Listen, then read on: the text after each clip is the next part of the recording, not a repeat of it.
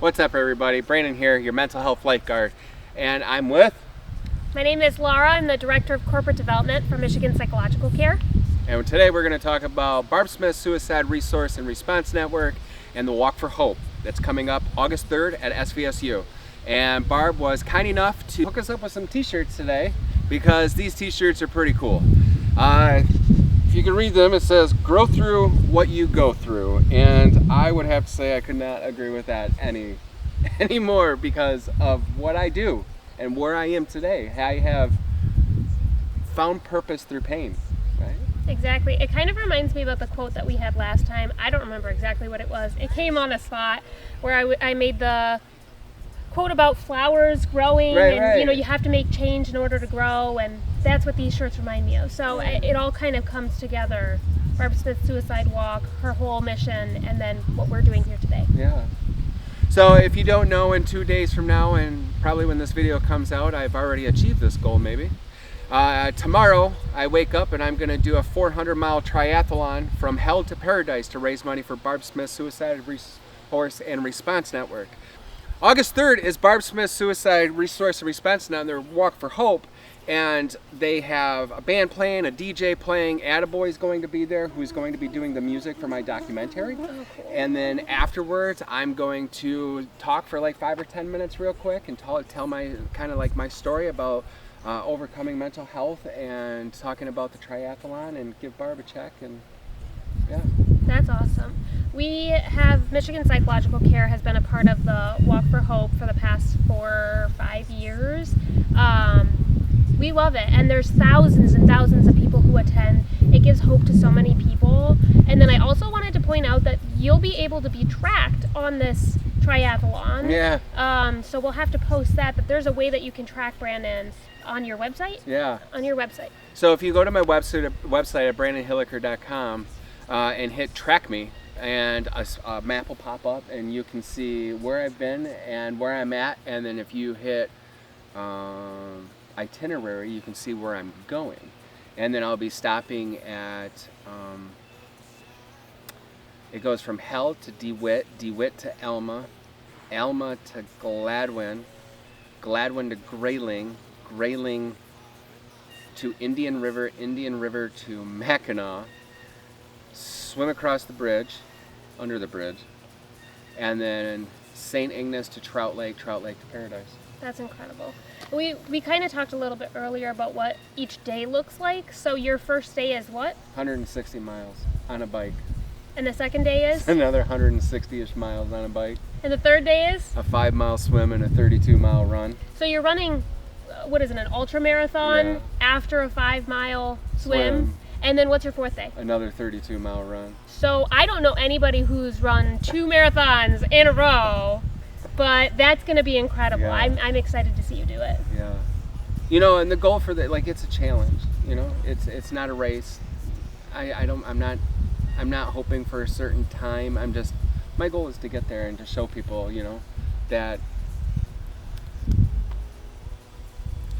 for example, when I was dealing with my mental health problems, my mental health struggles, and after I acted on my thoughts of suicide in 2013, I had to learn how to walk again and talk again and communicate with people again, and it was very difficult. And I went through cognitive behavioral therapy, dialectical behavioral therapy, physical therapy. I went through all of these therapies, and a lot of the therapists and the doctors that I saw was very, you know, take your meds, give up on your goals, collect disability, sit at home, and try not to act on your suicidal thoughts again. You know, it wasn't. And every time I had a goal that I wanted to achieve, I was told that that's an idea of grandeur. And what I have come to learn is that an idea of grandeur is just a really big goal, you know?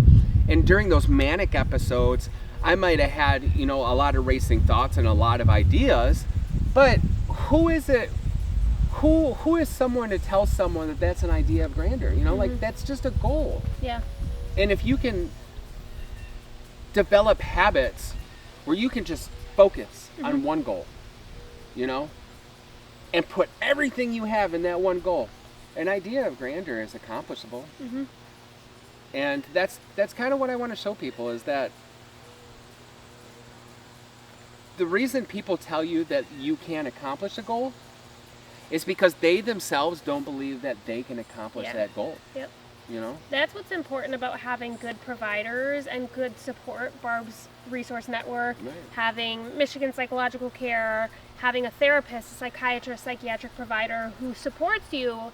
And if things don't seem to be possible, yeah, maybe that's a conversation. But once you show your plan and your action and have the proof behind the pudding that you can do it, then you need those support systems, and your therapist, your psychiatric provider, your support system behind you should be there. Even if it means you failing, they should be there to support you all along that path. Yeah.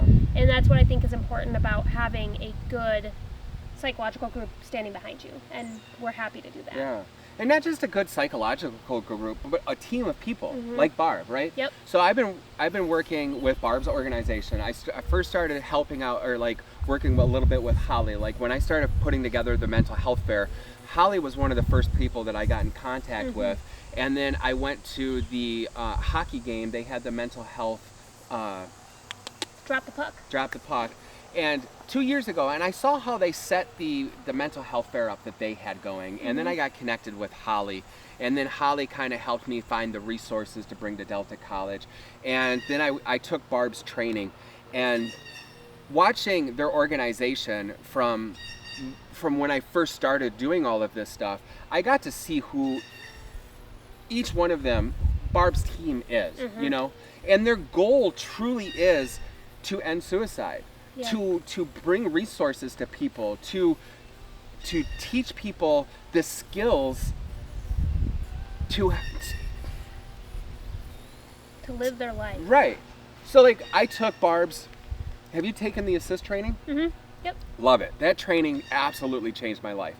And the thing that I noticed, the biggest thing that I noticed with the assist training is that in the past, when I either someone heard me say I want to kill myself, you know, when I was in that state of mind and that state of being, or when I heard somebody else, a lot of times we would just call 911.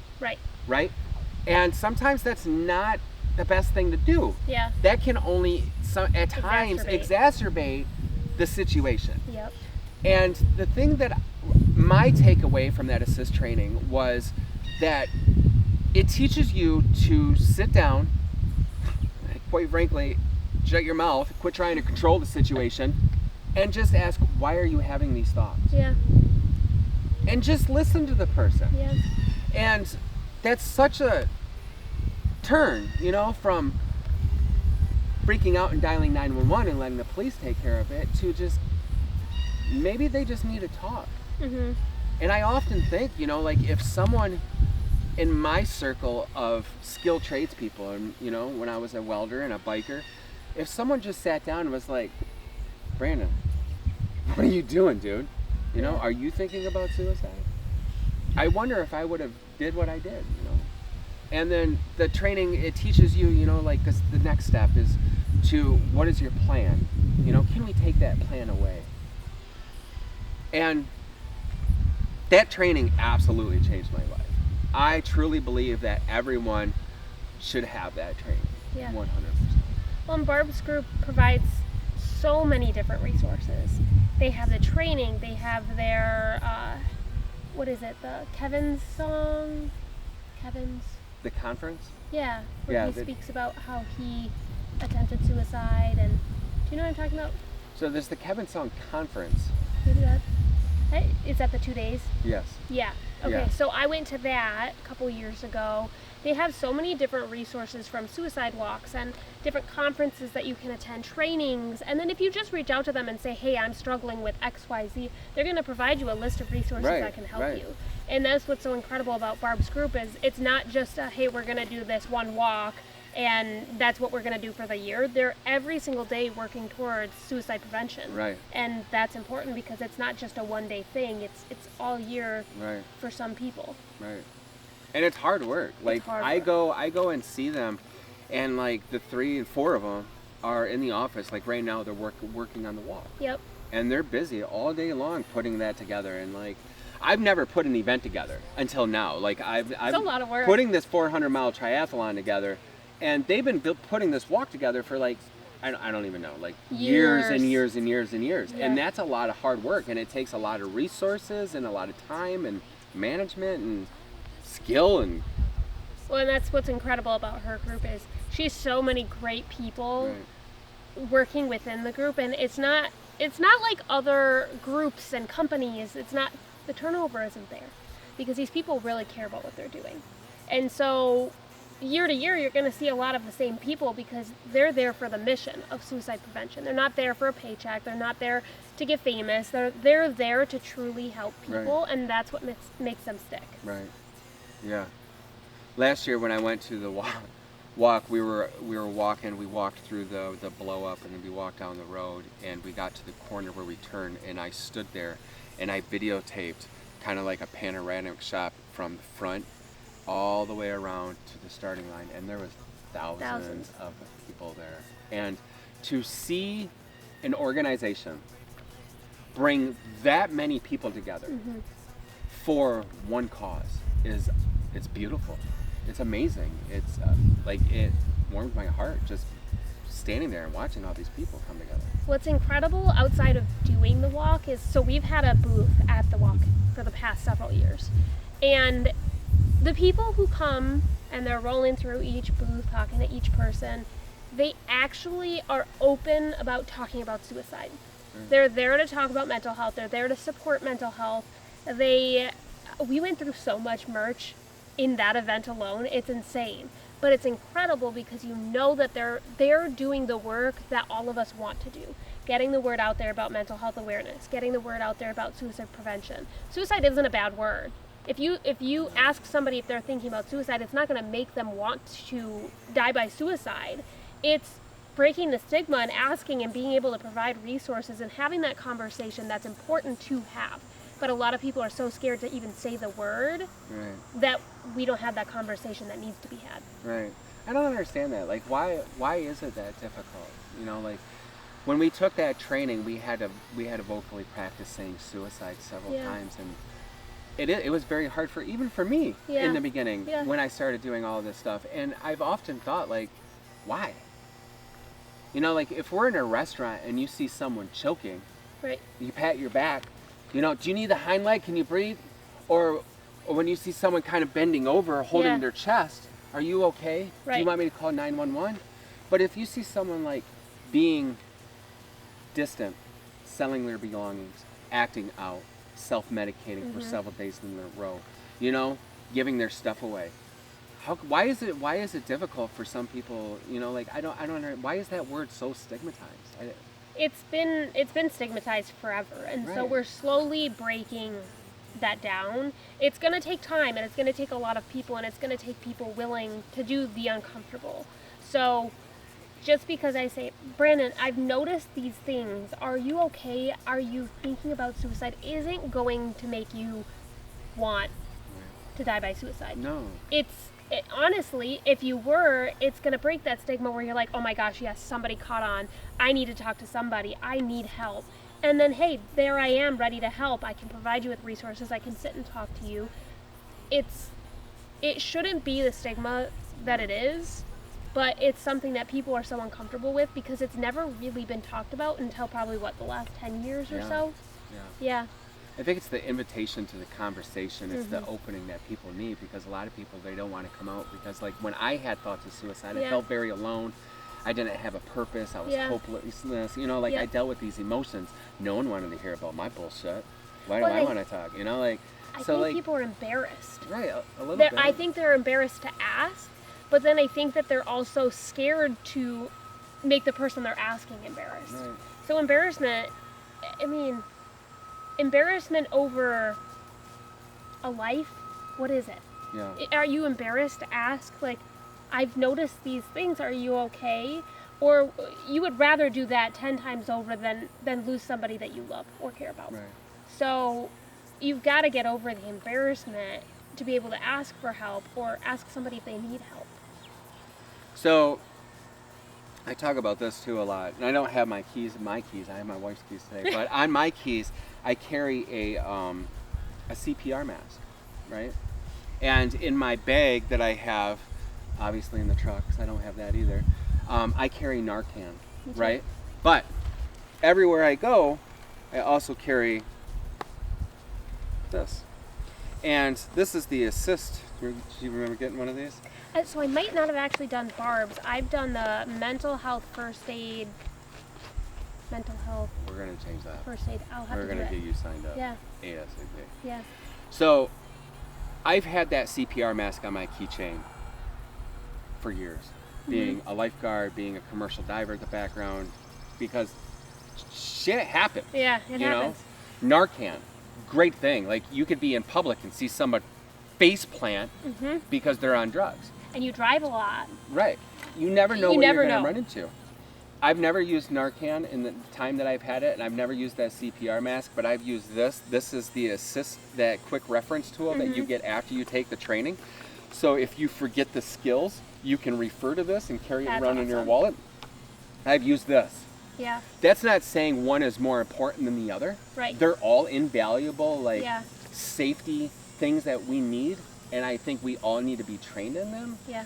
But that just shows you how many more people are contemplating suicide rather than choking or drowning. Or I mean, all of those things happen.